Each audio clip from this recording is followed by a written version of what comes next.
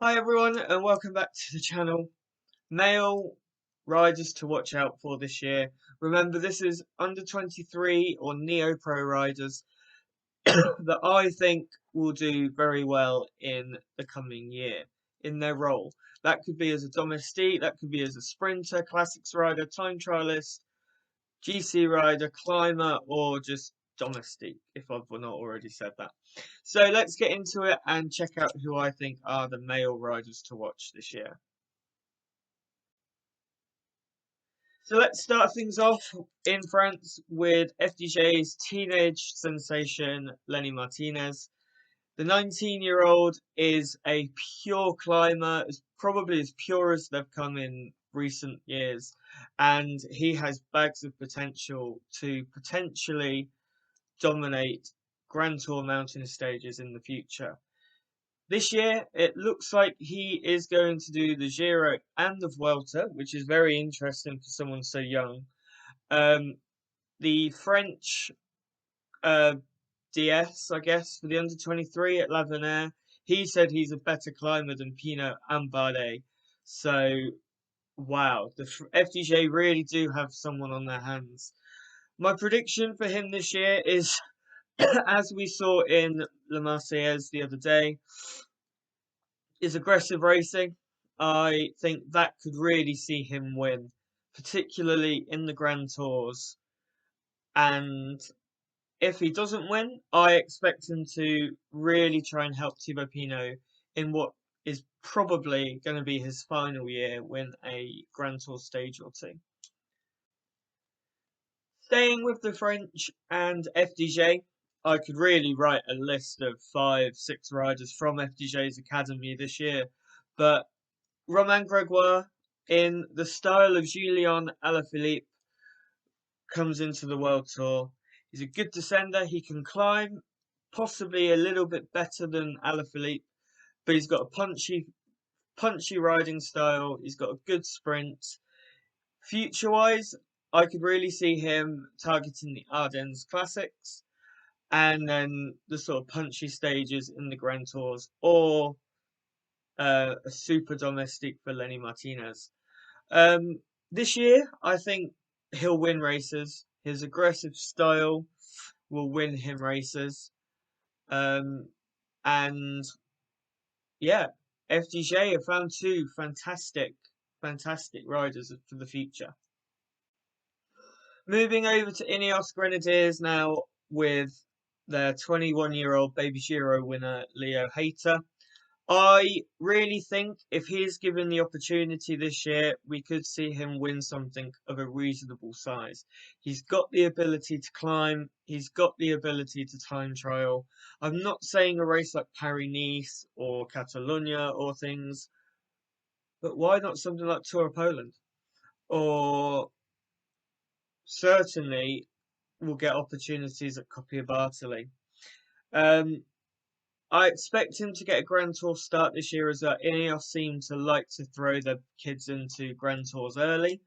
Uh, Probably the Vuelta, but I'd expect him to go pretty well in that, in a sort of Ben Tulip role, where he was a domestique throughout the first 2 weeks and then really rose up in the third week to really good form. On to someone now who has already shown a little bit of what he can do towards the end of last year at the Crow race. Oscar Onley looks to be the latest climber off the DSM shelf, who has a long contract, can climb with the best. I mean, he put Jonas Vingegaard under serious pressure in Croatia. Um, yeah, he is certainly one to watch this year. I expect him to have a very consistent year.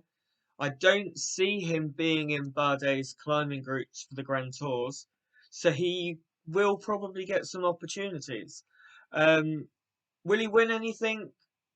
It'd be great if he did, but that remains to be seen. Certainly a consistent year in terms of performances and results for Oscar Onley. Final name in the top 5 riders to watch for this year is Soren Warrenshold. He's already won this year at the Saudi Tour, and I really expect him to be able to rack up a lot of good results and wins this year. He has a sprint. We saw that on stage 3 of the Saudi Tour, and we saw that in L'Avenir. He is a double under 23 individual time trialist of the world. He can probably do well on the classics. We saw yesterday he can climb reasonably well. He is going to rack up a lot of wins in his career. This year, I think he'll win a lot of small races, like we saw, and I think he'll pick up a lot of good TT results. I wouldn't be surprised if he did well or won a few, even against the likes of Ganna, Bissiger, Kung, and Evenepoel, and Tobias Foss. Before we wrap up the video, it's time to take a look at some honourable mentions. These are riders that I really could have spoken about in more detail, but I tried to narrow it down to 5, so the video is not 3 hours long. Jumbo-Visma's Thomas Glogg.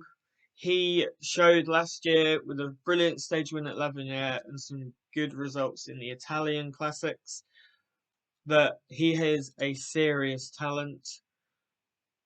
I expect him to have a good year at whatever he does for Jumbo. FDJ, yet again, they have 2 riders, one for the classics and one for a sprint. Sam Watson looks like he's got a good classics future, and Paul Penhoet looks like he's got a good sprint. He finished well in a few of the sprints in Down Under already. DSM have Casper Van Uerden, another winner from a stage of Tour 11 Air last year. Good sprinter, could potentially look to do well in the classics as well. Trek have Thibau Nys. Now, I was going to put him in the list of 5, but don't know how much he's going to do this year because of his cyclocross. And I don't know how many bigger races he's going to do and how many opportunities he's going to get to ride for himself. But a serious talent. And finally, Ineos is one of many teenagers. Josh Tarling.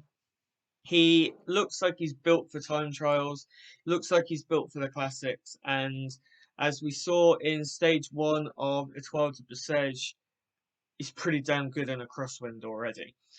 Any other honourable mentions I can think of? Yes, but too many to think of. So that's a wrap for my riders to watch for 2023. As I said, I could have gone really, really deep and spent an hour here. Let me know who you think is the biggest rider to watch out for in 2023, and it'll be great to see what other people think. Thank you for watching, and I'll see you next time on James Talk Cycling.